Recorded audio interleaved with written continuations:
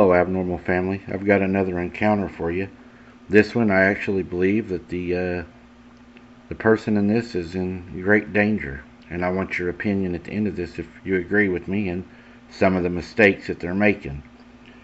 Also, all of the apps that we created that everybody asked for to support the cause of Bring Hunter Home, the hashtag Bring Hunter Home, all the links to be able to support Bringing Hunter Home will be in the description of this video.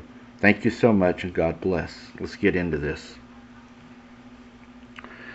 I took a step towards the forest and reached the fence line when my sister and Jay bolted through the doors, gasping and screaming in Adam's name. Jay had his phone in his hand, using the torch app as he scanned the yard.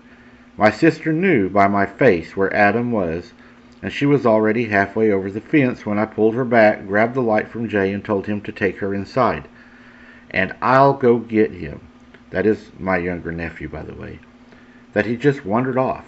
After some protest from Jay and plans bouncing around, I roared we were losing time and made my way over the fence. The flashlight helped, but still left a lot to be desired. If you ever have been in the forest at night, say, in a peaceful state, it can be scary.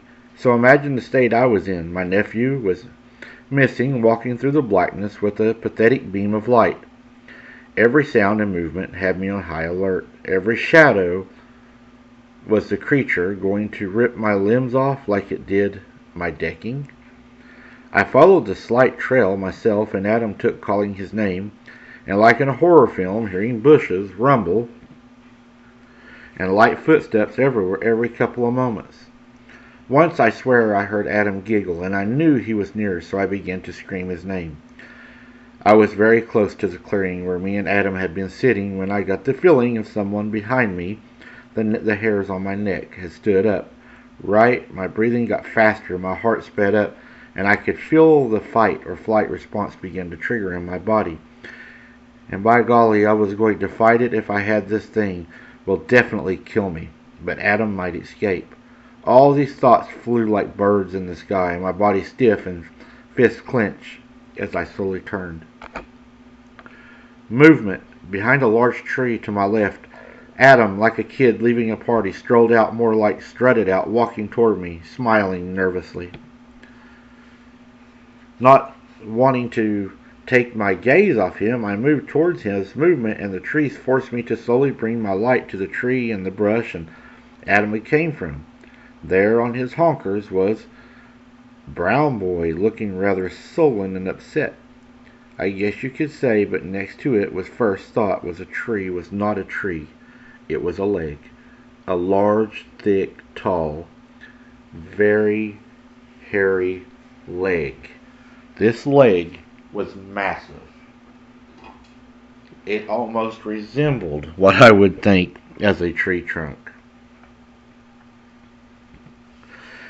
I raised my eyes up the leg of the body, and to the parts of the right side of the body were slightly hidden behind the tree, but not hidden well. I was less than 10 feet from these creatures, with my light shining right on them. She was a female, that was clear as day, by her anatomy. She was definitely all of 9 feet tall and built like a machine. If a machine was built to look like a WWE superstar, this female, I believe, could easily have taken down any man or beast in its way. But it stood a few feet from my nephew, and allowed him to walk to me, and kept the brown boy right where he was, a little crouched. I think they were communicating. I could hear her subtle grunts and mellow hums. And when the brown boy, I think, responded, her low, deep growl soon shut him up. If I wasn't so terrified, I probably would have laughed. It seemed so human-like a mother saying to her little son, "You've done enough harm tonight." I gazed at her in all of her glory. When Adam finally reached me and was in my arms, it was then she stepped out from behind the tree, and her sheer size and astonishing muscle mass became clear. I also noticed injuries on her face just below her left eye. Within seconds, the brown boy, the Sasquatch son, I guess his mama were gone, as the brown boy clung to his mama's arm. It was kind of monkey-like. It was so abnormal, yet fascinating and terrifying all at once. And I made my way back to the house. I heard them follow me back, paralleling me in the forest until I reached the fence line and climbed over. My sister was on the decking and ran and grabbed Adam and informed me that the cops were on the way, so we had to contend with them. And if I'm honest, I think I was in shock. I was so deathly calm. It had to be shock. The cops came, and their best advice was higher fence, cameras, and looking better lights, and looking after Adam better at night so that he did not wander off. I'm guessing he thought I was crazy. Oh, look at the Irish family. See a bear and it's a Bigfoot, and so on. You know how it goes. The second officer, a younger guy, something about how he listened to me and the look in his eyes and how he looked at his partner let me know I wasn't the first to report something like this. But after this, yes, security went up drastically in our home. No keys ever left in the doors, windows locked, curtains pulled. Taller fences are in the process within a week, and so on.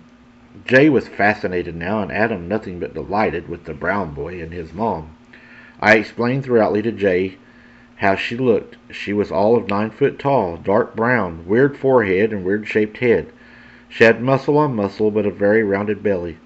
I don't know if she was pregnant, but her belly was so round, huge traps and deltoids, and shoulders, and basically no neck and head, and just a huge mouth.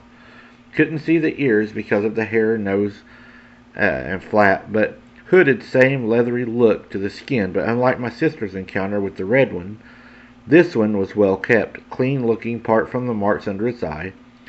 And yes, the eyes were dark with large brown ridge lips and ape. But I didn't feel like it was going to kill me. I think it was rather pissed at her young one, if I'm honest, for bringing Adam out of the forest.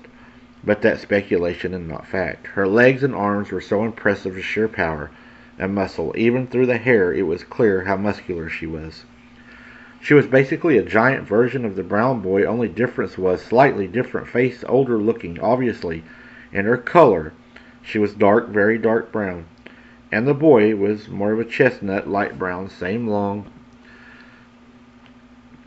arms, huge mouth, shorter legs, but thick and huge, and similar movement, and facial expressions, sounds, etc. I asked Adam repeatedly to explain how he got outside and what happened. He was sleeping in the downstairs room with my sister and Jay, and he heard a noise and woke up. Said he went to the bathroom. He then went to the kitchen for a drink, and that's when he saw the brown boy on the decking, so he sneaked out. He said at first the brown boy was keeping a few paces ahead of him, like if he was a game of chase.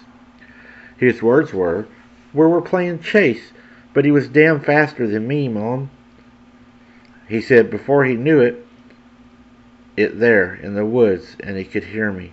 But the brown boy looked scared in Adam's words. I tried to tell him to come back and we could get snacks, and Mommy won't care, but he would not come back.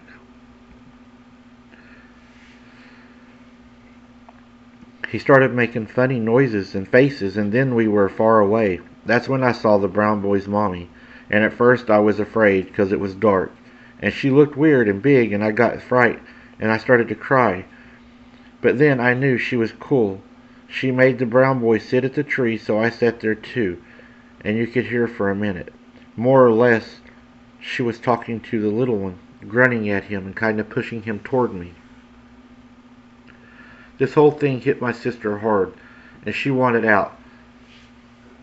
She wanted to move back to Ireland or to the city, but it wasn't that simple, or going back was not easy at all. The days passed, and we heard hoots and wood knocks, etc., some movements in the forest, but no sightings for almost 2 weeks.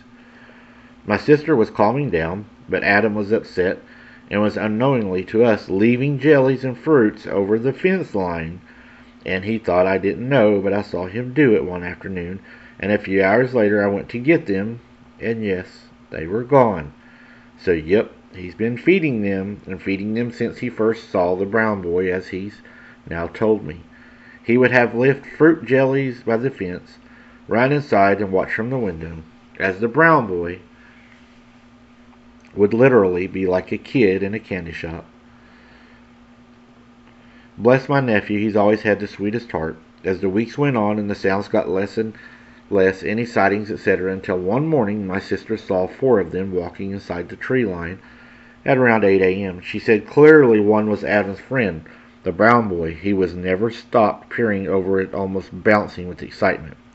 She could see 2 females, one about 9 or 10 foot tall, the other one about 6 foot tall, and the breasts made it clear that they were female, and neither glanced her way, and a large male who walked a few paces behind the rest said he was enormous, over 10 feet tall, if not more. He was bigger than any of the others and at least 4 foot across the chest, and he was jet black. And the 6 foot female was almost jet black. This was mid-October when Amy had this sighting, and after we had this sighting, many people have came out to our place and admitted there has been a lot of encounters in our area. Even 2 to 3 children have went missing that have not been found. One thing that's massively important, I think, is that the incident was the big red one was me and Adam call him. I don't think he is part of the family of Sasquatch that reside on the near our property. I'm pretty certain the fact that I believe he entered their territory may be looking for a mate, the 6 foot female maybe, or for food, or who knows really. But my reason for this belief is the red squatch was clearly injured. My sister saw its fresh red wound up close personal and believed the only thing big or strong enough to attack something that size was another Sasquatch. When my house was being attacked by the red one, the second roar from the opposite side of the house occurred, and then silence for a few later seconds. It stopped. When Adam got out into the woods at night and saw the female Sasquatch, her eyes were clearly injured. So did the red fella fight? I don't know. I don't even know what even happened. All I know is I feel like these things were trying to take my son with them, and they were fixing to migrate or leave. And I think the last walkthrough they were hoping to grab him, and they would have took my son, and I would have never seen him like all the other missing children. I think he would have definitely been on the 411 list, as I believe the little one would have took him, and the others would have helped. Guys, I've seen a lot of problems in this. Number one problem is letting her son wander out in the woods over a fence and getting lost. Number 2 is she knows that the kid is gifting these creatures and feeding these creatures, and she seems to be okay with it. Now, you know, I tell people not to gift, and I believe that's a prime example of why we shouldn't do it, because when we gift, we allow them to believe that they are welcomed there. And whenever they feel like they're welcome there, they start coming up closer to your house on the deck, and they start interacting with your family. The child going out and playing with him, everything that was going on, I believe that they were preparing that boy to be taken. And I believe that she's very blessed to have her son, that this did not turn out bad. You know, people make the mistake of thinking these things are nice, but, you know, she even says herself they're attacking her house. They have her son out there. They have battle scars on them. You know, one hit from one of them to the child, even in play, could be detrimental. I think that she's making a lot of mistakes, and she needs to get up some lights. She needs to get up some trail cams, and she needs to get these things away and let them know they're not welcome there. What do you guys think? Thanks for watching, guys. I appreciate it so very much. Please smash that like button, guys.